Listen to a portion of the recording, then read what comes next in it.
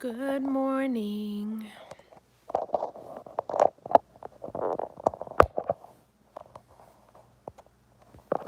I'm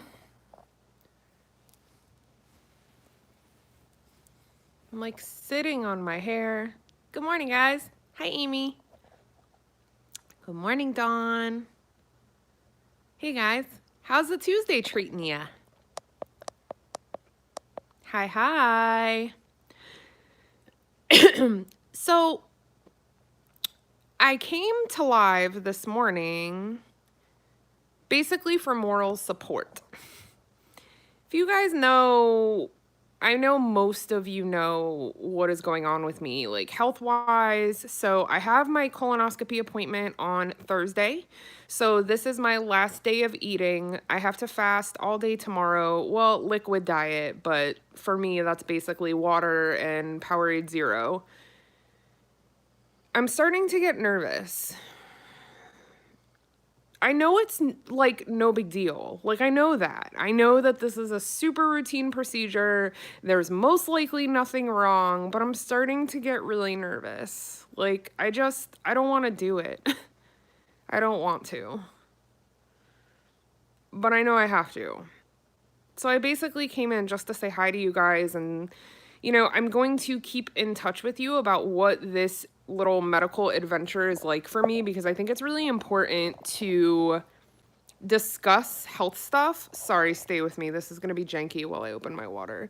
I feel like it's like no matter what your age is, it's really important to be honest and transparent about what's going on health-wise, because, maybe my journey will make someone else go and get that done if they need to get it done. Yes, technically I am young for a colonoscopy. My insurance thinks so too, so that should be interesting to see what they're willing to cover. But I have a family history of colon polyps, and I'm having some issues that they just want to further investigate. So I'm going for it.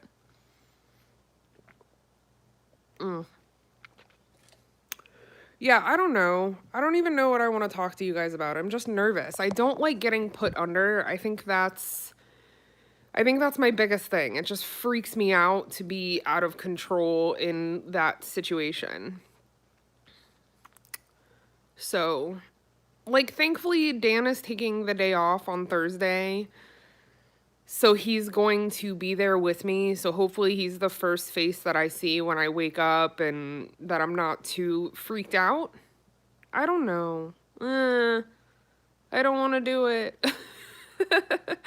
I don't want to do it.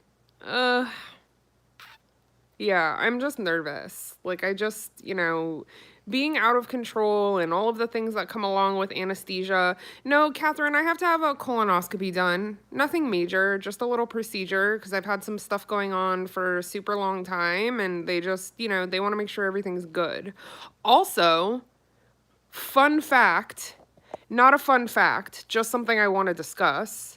So, I don't know if he's going to be mad at me for talking about this, but my dad was just diagnosed with diabetes. He's been having some health issues and having just some weird things the last several months, and has been through all kinds of testing and all sorts of things trying to figure out what is going on with him. And he just got word this week that he is in fact a diabetic. So yes, he needs ketos, right? My great-grandfather was a diabetic. Now my dad is a diabetic. I don't know a ton about diabetes, but I know that it is a genetic thing. So I always knew that my great-grandfather had it. It's really interesting that now my dad has it. And I think he's a little nervous, but he's done low carb before. So I'm obviously just sending him every recipe I can think of that I know he's gonna love. And I'm just, prayers for my dad, if you don't mind. He's in his early 60s, so he's still a young guy. But wow, right? You go your whole life without, yeah, he's on insulin, Jeanette. They tried metformin and it wasn't working. So he is doing insulin injections, and, it's pretty crazy. I was also pre-diabetic, and funny enough, I don't know what you guys will think about this. If there are any nurses in here, any doctors in here, I'm curious as to what your take is. So I've been eating keto for, it'll be 2 years in July. And my fasting blood sugar is still, I don't want to say high, but it's still a little bit above average. So the reality is I am also prone to diabetes, and there is a likelihood that if I were to throw in the towel on keto and go back to eating the standard American diet, I'm fairly certain that I would end up with diabetes as well. Yeah, I'm hoping. I don't know my A1C, Catherine, but I check my blood sugar regularly, and my fasting number is always almost 100. So it's almost always like 98, 99, which I know is not diabetes, but for someone that eats as low carb as I do, that's kind of high. So I don't know. Diabetes scares me. I think it's terrifying. Thanks, Catherine. Isn't it? Okay, so this is weird then. When I got all of my blood work done in October, and I had that massive, massive panel done, because my doctor wanted to check for everything. I mean, everything. When I did that, my number on the blood sugar was right around there, like right around a 98 or a 99. And it was the only thing in my paperwork that, you know how it'll be like H high, L low, A average, whatever it is. My blood sugar was considered like higher than average. And I thought that was really bizarre. Yeah. I'm worried about my dad's ability to stick to strict keto, but I do think even just low carb would be wonderful for him. So naturally, the loving daughter that I am, I'm probably going to be pushy. They live in Jacksonville, so they're a couple hours north of me. So what I want to do is plan a day that I go to my dad's house and like cook a couple of things for him to keep in the freezer, and just kind of talk to him a little bit and maybe help him come up with a meal plan and come up with some keto and low carb snack ideas that maybe he didn't think of. So I hope that he is receptive to that. I'm worried about him.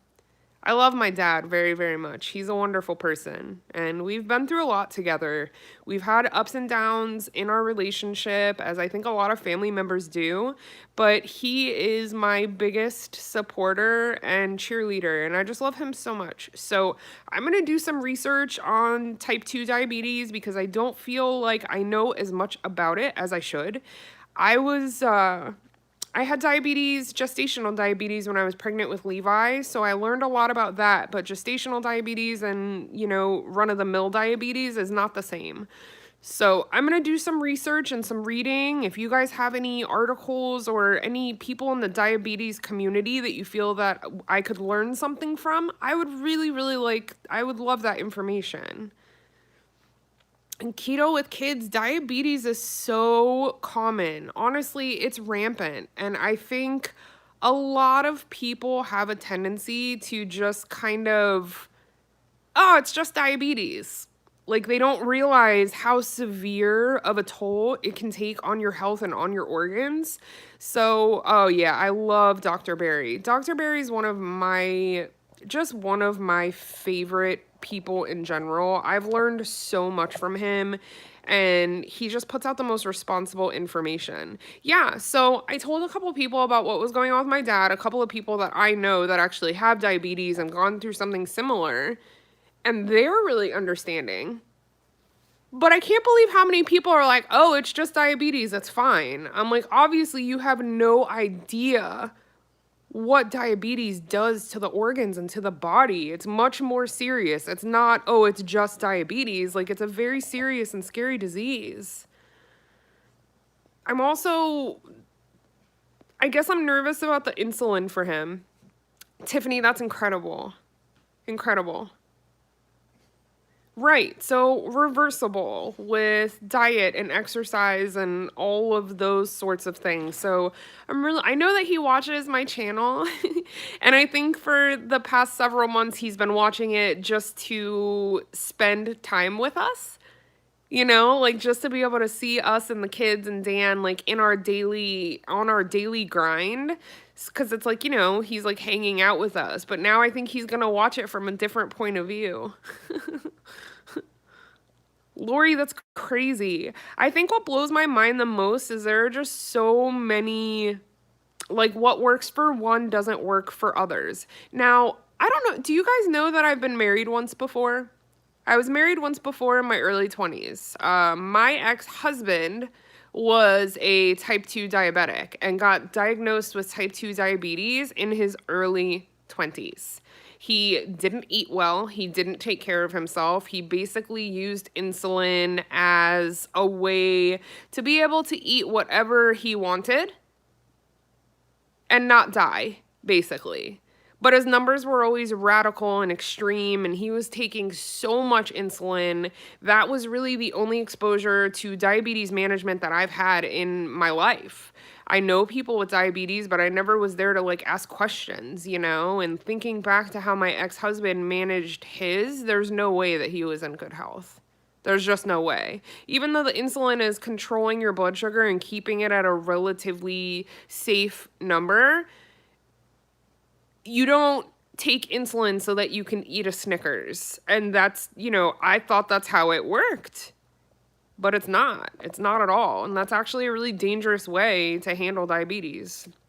So my plan is to learn more, research more, both keto, low carb, but really I just want to have a better understanding as to what diabetes does to you and in your body. Mm-hmm. Exactly, Catherine. Him and I don't, we're not friends. We don't talk. We were divorced, oh my God, almost 10 years ago. But I just, whenever I think about diabetes, I think about how he handled it, and I just know that that's not the way to do it.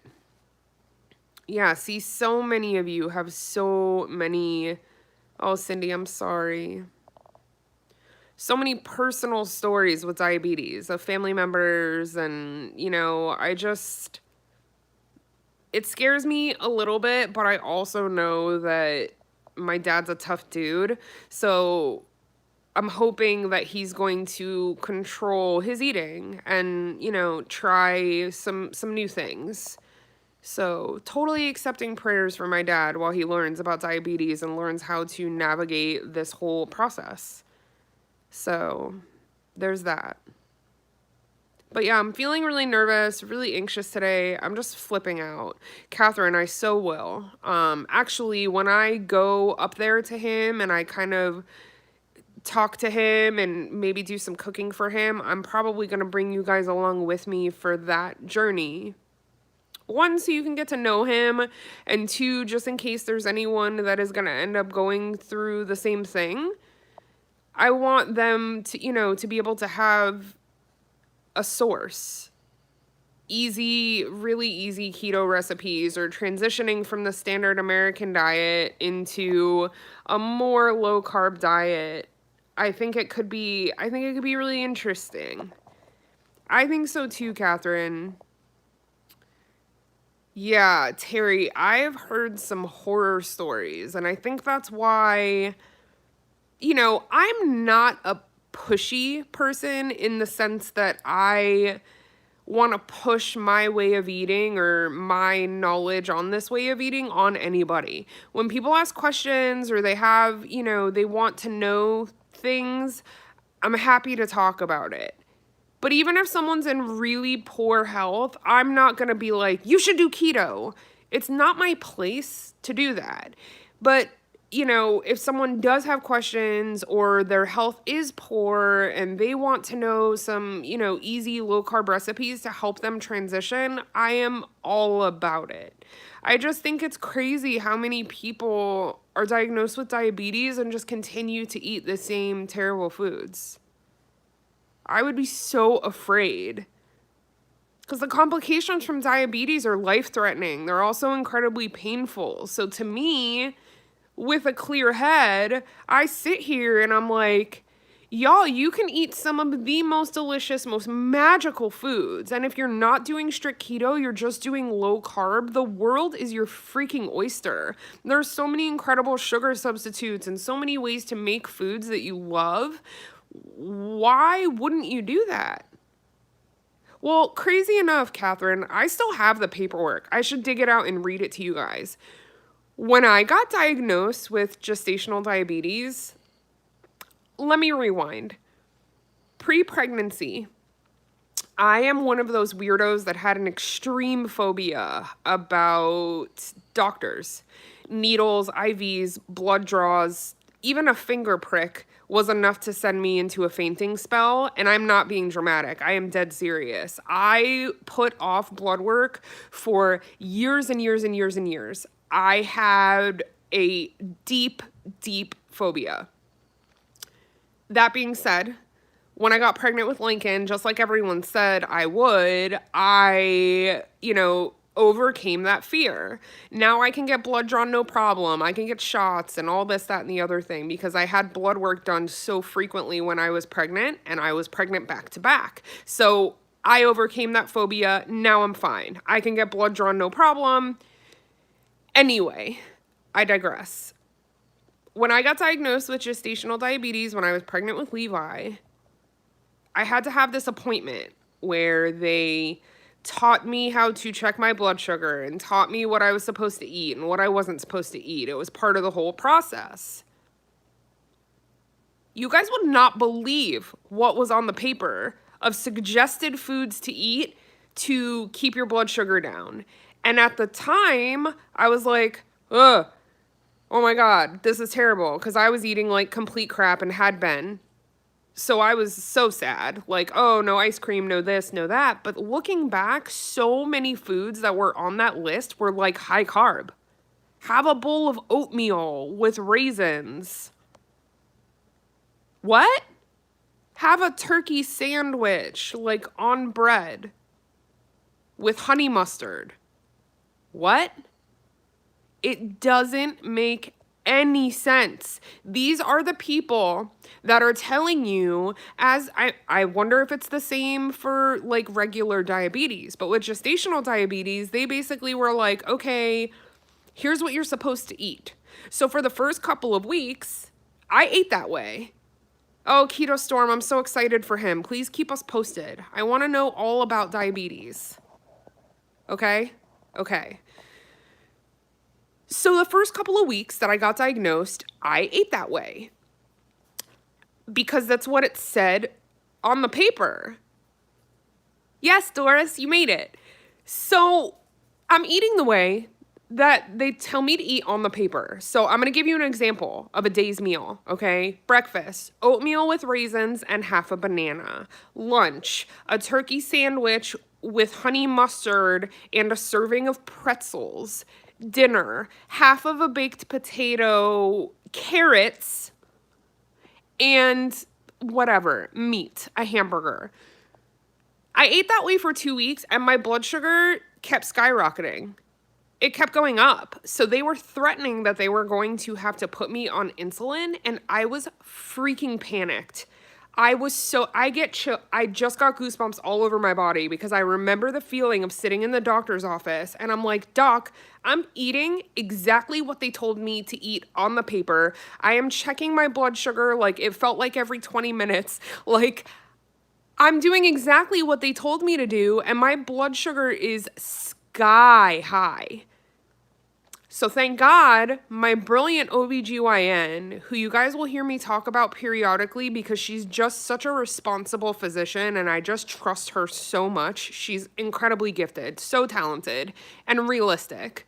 She's the one that was like, I don't like what's on that paper. She was the one that gave me a whole list of truly low carb options and truly not keto, because we're going back a few years, low carb options. And this is what you should be eating. And it's like terrifying that this is, what they gave you as a tip and all of that. Her name's Dr. Patricia Modad, and she is a treasure. Actually, you guys are going to laugh. That's the doctor that I told you. I drive an hour to go see her because I just truly adore her. So I stopped eating what was on the paper. Well, that's the kick. My doctor had a weight problem. So she lost a bunch of weight with low carb and has a weight loss program through her office that she helps people kind of get their lives together. So I just love her. Hi, Tammy. Glad you're here. Okay, so my doctor was like, holy shit, they're telling you to eat pretzels and oatmeal and raisins, bananas? Bananas. Like, yeah, your girl loves some banana with peanut butter, but is that low carb and is that good for diabetes? Absolutely hell no. So because of her, I found all of these different ways to, manage my blood sugar. I didn't end up having to go on insulin, bless, but I really, really, really had to eat strict low carb in order to keep my blood sugars manageable. And it gave me kind of an insight as to what life would be like being a type 2 diabetic. And it scared me. It really did scare me. I don't know. Like, I don't want to be dramatic and be like, oh my God, diabetes. But I think we should be more dramatic and we should be more concerned because it can be a life-threatening disease. It's not just, oh, I have diabetes, I'm just going to choke down some insulin or I'm going to inject some insulin. It's so much harder than that. I think a lot of people think that they're just going to be able to go on eating exactly what they want without doing the due diligence. Like, my goodness. It's just so crazy. Yeah, Jeanette, and that's the thing, okay? I could develop type 2 diabetes, manage it with diet, or not, or end up on insulin, and not have a ton of negative side effects, whereas someone else's body could be incredibly vulnerable to the exact same protocol. So that means that someone in my exact same position could end up diabetic and on insulin and have crazy, crazy negative side effects. So to me, it's not worth the gamble. It's not worth the risk, And everybody's body is different. Everybody's body is different. Yeah, Lori, I totally get that. I am also terrified of diabetes. And because it runs so heavy in my family, it's something that I know that if I don't protect myself, I am going to be in trouble. Tammy, is he on metformin? Is that what they're starting him on? Like the pills? Correct me if I'm wrong, but metformin is basically insulin in pill form, correct? That's my understanding of it. Yeah, Jeanette, I totally understand. It is something we should all be concerned about. It's like it's not. Catherine, can you please explain metformin to us? I'm pretty sure Catherine's a nurse or at least just a brilliant mind in here with us. So metformin opens. Okay. So metformin improves your body's ability to use the insulin that you have, correct?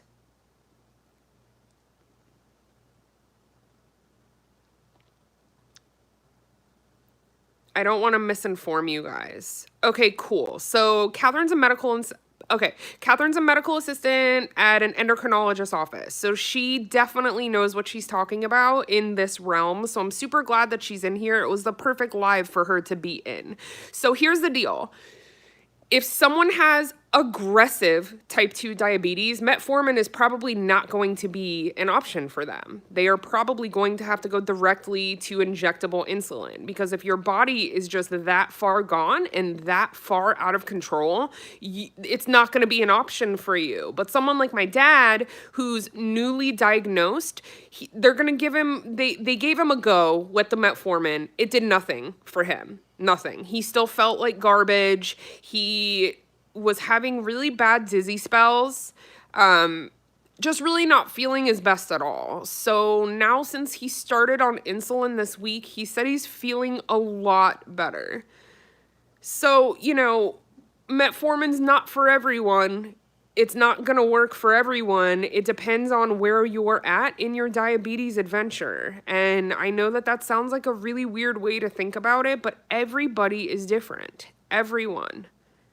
It's definitely possible to go off of injectable insulin with type 2 diabetes. Now, just to clarify, type 1 diabetes and type 2 diabetes are insanely different. A type 1 diabetic will never be able to reverse diabetes, not with food, not with medicine, not with anything. Type 1 diabetics are stuck with diabetes for life, okay? Type 2 diabetics, for a lot of them, it can be reversed or dramatically improved with diet and exercise. So even just regular schmegular low carb, it doesn't even necessarily have to be keto. Low carb can make a massive difference for a type 2 diabetic. Keto is probably ideal, but again, everybody's body's different and everybody's body responds differently. I'm not a doctor. I am not a physician. I am just a woman who keeps herself educated and informed on nutrition and its relationship to medical diseases and disorders because I find it fascinating. I probably should have been a nurse. That was probably my calling. Exactly. Thank you, Catherine. I knew you would help me. The pancreas doesn't work at all. So there's no medicine. For type 1, the pancreas does not work at all. So that means that there is nothing that can be done to just all of a sudden kick the pancreas in its butt. That's not a thing. But with type 2 diabetes, you've basically done damage to your body over time with sugar and eating terrible. So it's like you've made your body work so hard to regulate your insulin by ingesting all of this terrible food that it just gives up. It's like, I can't do this anymore. I've already done everything that I can. Your pancreas is like, somebody help me. So if you are not feeling well, especially those of you, like if you're 35 and up and you are just like not really feeling well, you have many days in a row where you're just like sluggish and not feeling well, please go to the doctor. Please go to the doctor and get your A1C checked because it is very possible that you have some pre-diabetes going on and you want to nip that in the bud, people. Is it nip it in the bud or butt? I always say it wrong. Yeah, I'm definitely going to research diabetes. I'm going to make sure that my dad has, that he knows that you guys are seeing my chaotic house. Okay, it's bud. I'm such an idiot. Nip it in the butt. I feel like butt makes more sense. I'm gonna be honest.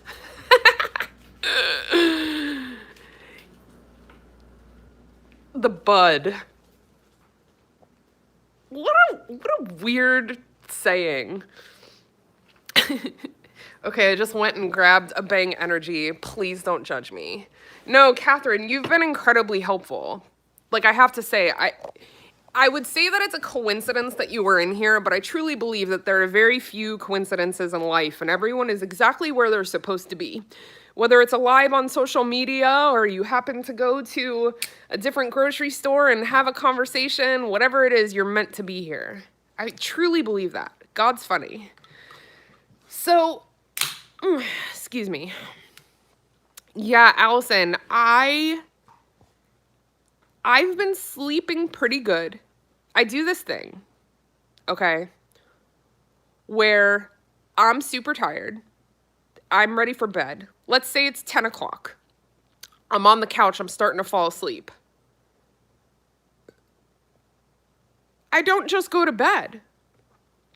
I'm like sitting there, like trying to stay up and finish this show or whatever it is. So I'm doing this new thing now where when I'm that tired and I just feel like it's time for bed, I'm going.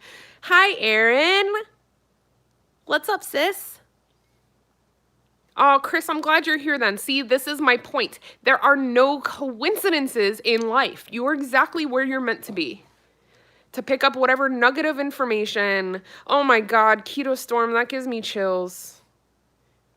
Ugh. Yeah, Catherine, I really am. I'm grateful for you, friend. educating me, educating everyone else, making sure that we kind of know what we're doing. Hi, Amy. Hi, Tanya. Welcome, guys. We were just in here talking about diabetes and talking about health issues and talking about if you have type 2 diabetes and newly diagnosed, or maybe you're pre-diabetic and you're trying to avoid developing diabetes.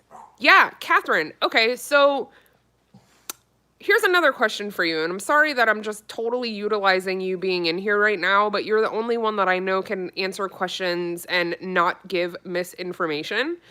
But when you guys have people in there, okay, like let's say Doug Schmitty comes in, and Doug Schmitty was just diagnosed with type 2 diabetes. Do you guys do the nutritional counseling in office, or are they referred somewhere else for nutritional counseling? Kathy, that's type 1 diabetes. It's absolutely brutal. I'm fairly certain you are born with that, or at least born with the genetic, a bit like the genetics to have it. One of Dan's dearest friends, his name is Mark. We absolutely love him. He is also a type 1 diabetic. Didn't get diagnosed until he was really late in life. Well, for type 1, it was late, like early 20s. And he's actually on an insulin pump now and the whole shebang, but he has to be very, very careful. Okay, so you have an office nutritionist. It's only one meeting with a nutritionist. And this is what kills me.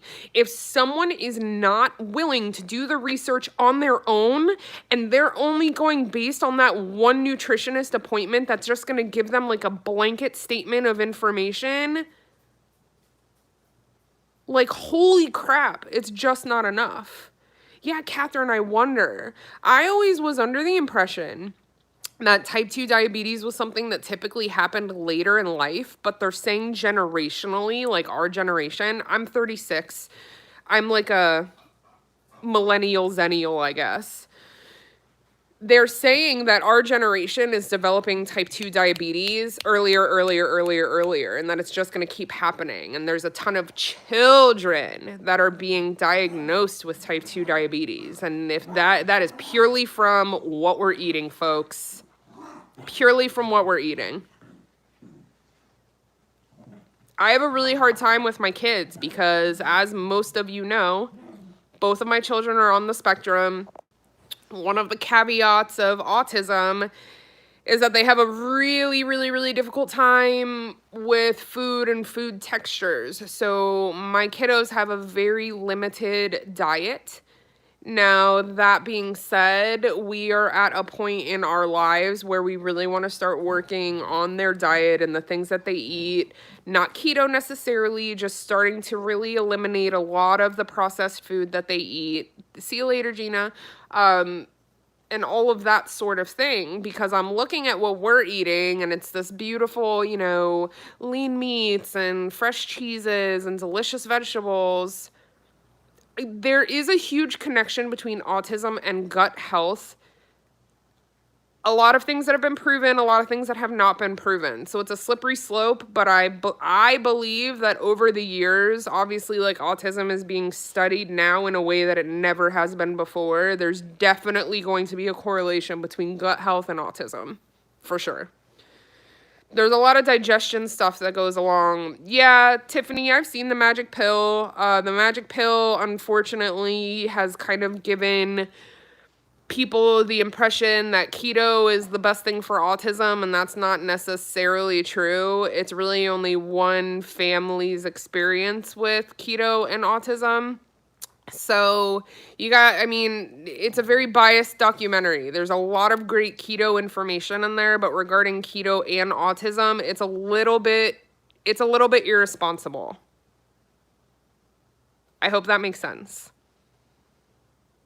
Okay, so you guys want to talk about autism and gut health. Here we go. Kids with autism are so prone to constipation.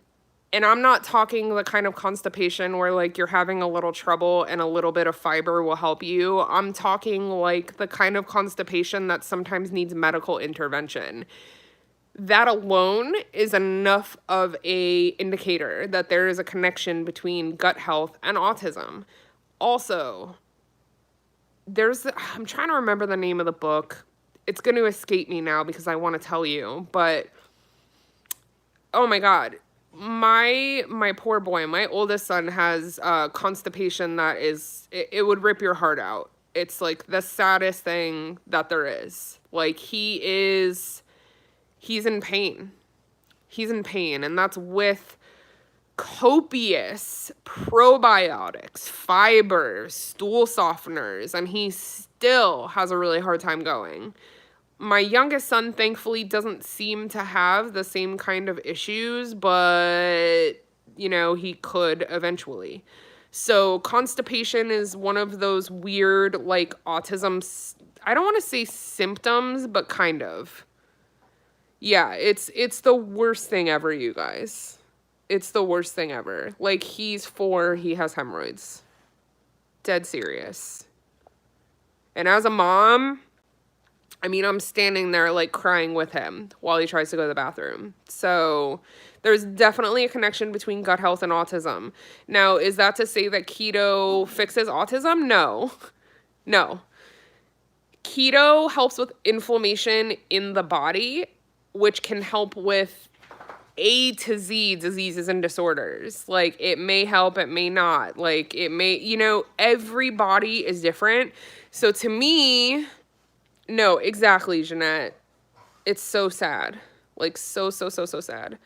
Here's the hard thing, Catherine, especially for my older boy, the one who has the extreme constipation. He just doesn't eat much variety. Like, hardly any. If I showed you guys the list of things that he ate, you would be like, that's it? Yeah, that's it. That's it. Levi, my youngest son, even worse. Levi will at least eat a bunch of fruits and things like that, smoothies, and I think that's why he has an easier time. But Lincoln, nope. I used to have shame about what they were eating, but as I've learned more about autism, I just know that this is really common and this is just one of the things. So the way that his protocol at school goes is that we have parent meetings every several weeks, sometimes once a month, sometimes it's every other month. It just depends on what they have going on. And we introduce new protocols. So coming here shortly, they're going to start working with some of the food stuff in ABA. And I'm just really hoping that that helps to expand what they eat.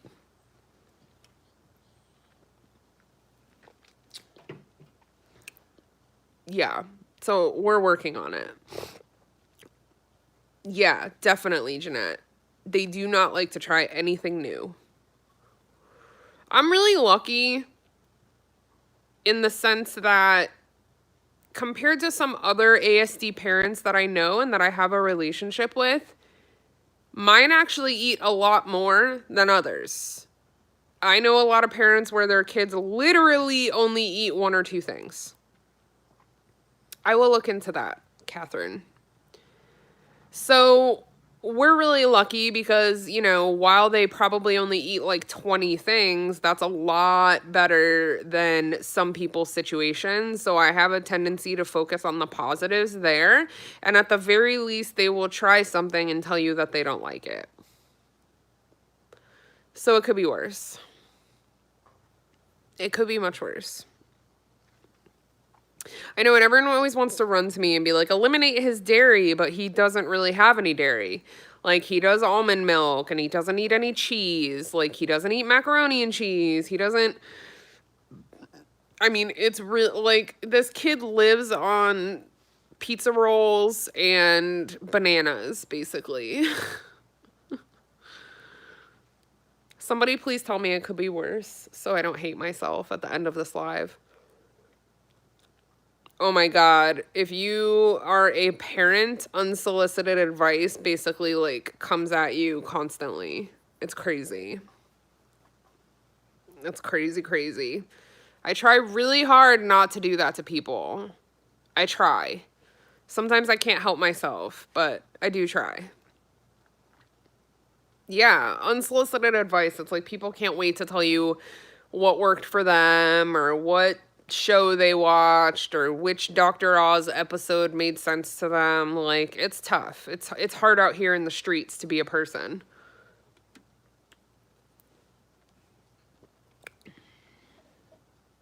I also hate that because my kids are very touchy and affectionate and they have absolutely no concept of personal space. So if a stranger wants to touch them and love on them, they really welcome it. And that freaks me out a little bit sometimes.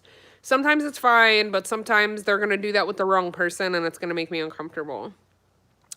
Yeah, I almost always think that people do truly have good intentions when they're like pushing that on to people.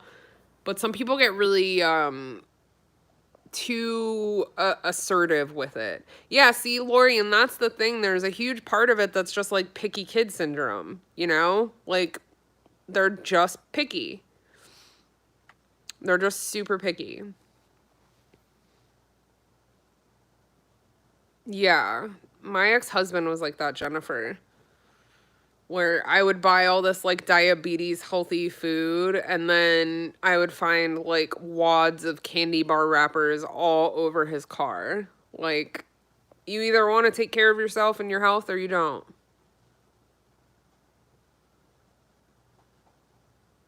Yeah, constipation is one of the huge red flags for autism.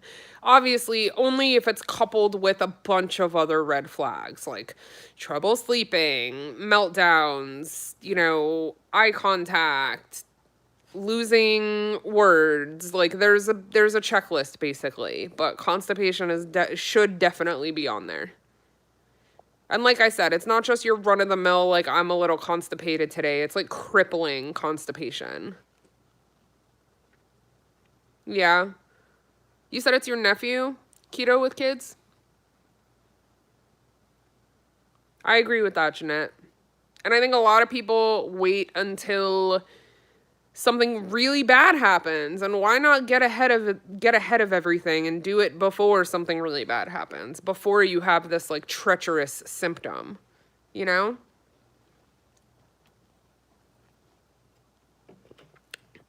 Yeah. It's insane constipation. I'll definitely look into magnesium. I'm surprised that the doc I shouldn't be surprised. I don't even know what I'm saying. I wish that their doctor was like, let's let's try magnesium. Yeah, if he's had to be hospitalized over constipation, that's what I'm talking about. It is terrifying. Yes, and Jeanette, I agree with that. Different constipation remedies work for different people. Yeah, it's terrifying. See, this is the thing though, like the magnesium tablets that you have to like chew or take, there's no way he's going to take those. Like he won't take them. So, it's tough. It's really tough. Okay, natural calm is a liquid. Can I put it into a drink? Like into juice or into the almond milk? Does it have a flavor or a taste?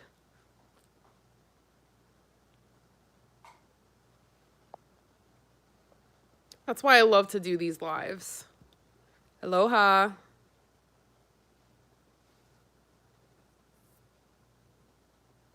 Yeah, I just want to fix it is right.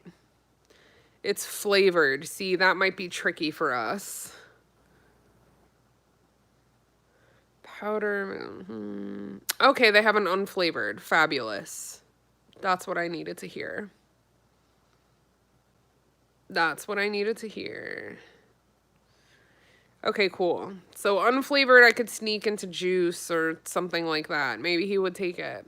Because this is the thing. What the doctor recommends is giving him Miralax every day. I don't want to do that. Okay, if I give him Miralax every day, then his poor little bowels are going to become dependent on that, and he's going to be on Miralax for the rest of his life. I don't want that for him.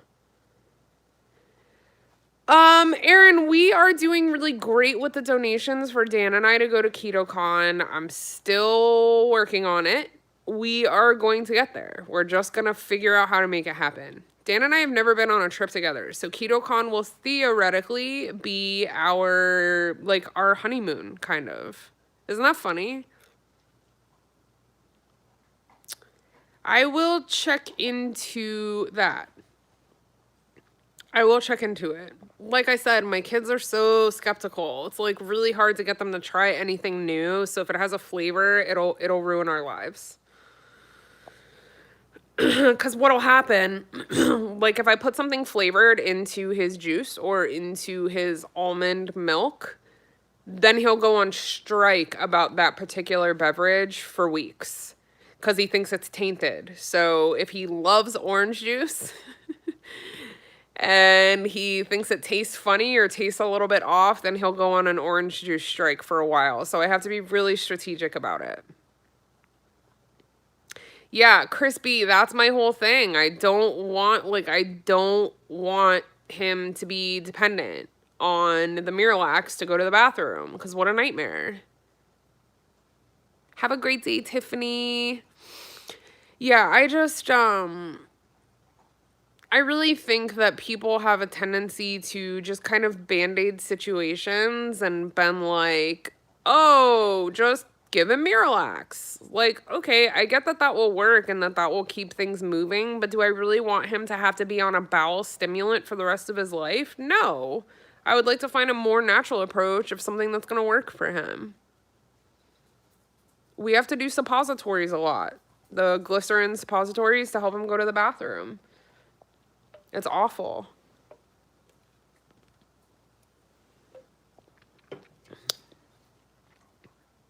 Yeah, I believe that. And how about this, Catherine? I have to take a whole entire bottle of Miralax tomorrow for my cleansing before my colonoscopy, and I am having a nervous breakdown about it. No, Jeanette, I wish. I've even tried to put prunes in a smoothie, like grind them up in the blender and hide them in there, and he won't touch it. It's so obnoxious. Yeah, I'm so flipped out. I better find a nice book to read because it looks like I'm gonna be living on the throne for several hours. Thanks, Lisa. Yeah, it's gonna be insane. It was funny though, one of my dear friends had a colonoscopy a few months ago, and he's the greatest. He was like, listen, he's like, at the very least, you're gonna lose a few pounds and it's gonna clean you out and you're gonna feel amazing. So I am looking forward to being all cleaned out and feeling amazing.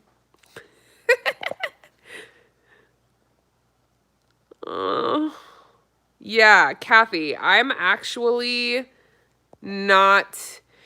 going to say that I'm not eating today, but I'm going to eat light. I'm not going to eat anything crazy fibrous today. Like normally for lunch, I would be eating some beautiful tuna salad or something like that. Yeah, Erin, maybe it'll break my stall. Let's all find the positives, shall we? My gosh. Yeah, so I'm not going to eat anything too crazy heavy or too fibrous today. I'm just going to try and keep it really simple. Like maybe a little bit of egg salad for lunch. Yes, I basically take the 238 gram bottle of Miralax and dump it into a giant Gatorade. And then this is fun. Ready? The list of what I'm allowed to eat tomorrow, because I say that you're on a liquid diet, okay? Liquid diet for people on keto is very, very challenging. So first she tells me the things that I can have. So Jello, juice, naming all of these things. And I tell her 3 times, I'm like, hey, I don't really eat sugar. So can you please give me options as to what I can eat that are not sugar? And she's like, I've never had anyone ask that. What? That is alarming to me. Like, what am I supposed to do? Like, just basically drink like a gallon of freaking apple juice and go into like a diabetic coma because that's all I can eat or drink? So I'm kind of looking at it as a fasting day. This is weird too. So I can have broth, but I can't have broth from the canister. She said I have to make my own broth with the bouillon cubes. That I can't have the broth that comes in the carton. Isn't that bizarre? Right. So I can have this is what's fun, Lissa. You ready for this? Because I was excited about the sugar-free Jell-O. Now I will say, sugar-free Jell-O does upset my stomach. It makes me gassy. I'm really sensitive to artificial sweeteners. So the same thing that the Aldi Elevation bars do to me, sugar-free Jell-O does to me. But I was like, sweet, I can have sugar-free Jell-O. But she said I can't have red. So I can't have red Gatorade, I can't have blue Gatorade, and I can't have red Jell-O. What the hell other Jell-O is there, though? Publix only had red Jell-O, you guys. Like, only had red Jell-O. Isn't that weird? My Publix didn't have lime Aaron, but I'm going to check later. I wonder if I could have orange. That would be good. Yeah, so here's my game plan. It taints their view. That's funny. I am going to do... I really like the new Gatorade Zero, the cherry one, because I haven't found the Powerade Zero cherry yet. So I'm going to do orange, lemon, lime, and white cherry Gatorade Zero. Water, obviously. And then I'm going to pick up some bouillon cubes so I can make myself some broth if I start getting a little rumbly in my tumbly. And I'm just going to fast tomorrow, basically.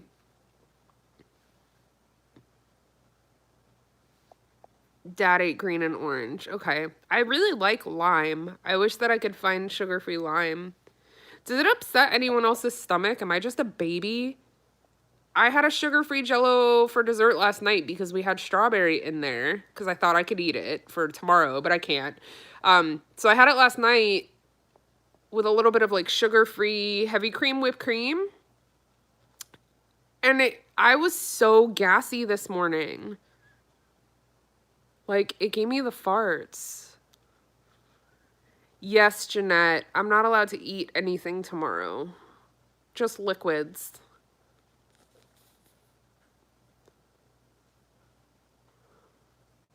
I need to look. Yeah, Catherine, you're so lucky. I am such a baby. I do really good with monk fruit, sucralose, and erythritol. But if something has like maltitol in it or maltodextrin, I am the fartiest butt ever. Ooh, that's a good idea. Adding Mio to the Jell-O, that's a great idea. Oh, Kathy, mine's early, thank goodness. I have to be at the center at 7:45. My procedure starts at 9. They said I'll be discharged by like 11 or 12. I'm probably going to be so hungry after that. Oh, that stinks, Karen. I think we just have sensitive intestines. I can still eat it, but it makes my stomach really noisy. That's exactly what I'm going to want, Kathy. The fact that I cannot have a cup of coffee on Thursday morning, my poor husband. I'm going to be anxious because I'm nervous, and I'm also not going to have any coffee. So God bless my husband, because tomorrow is Thursday morning, the ride there. Whew. Bye, Lynn. Yeah. Oh. He's not even ready he's never, I mean, honestly, in the entire time that we've been together, he's never known a decaffeinated Amanda. There has not been one single day on this planet that I did not wake up and have a cup of coffee. So, holy moly. which he's calling in because it is his lunch break. So I am going to hop off here and go talk to my darling husband, and I will talk to you guys very soon. Have the best day ever. I love you all, and I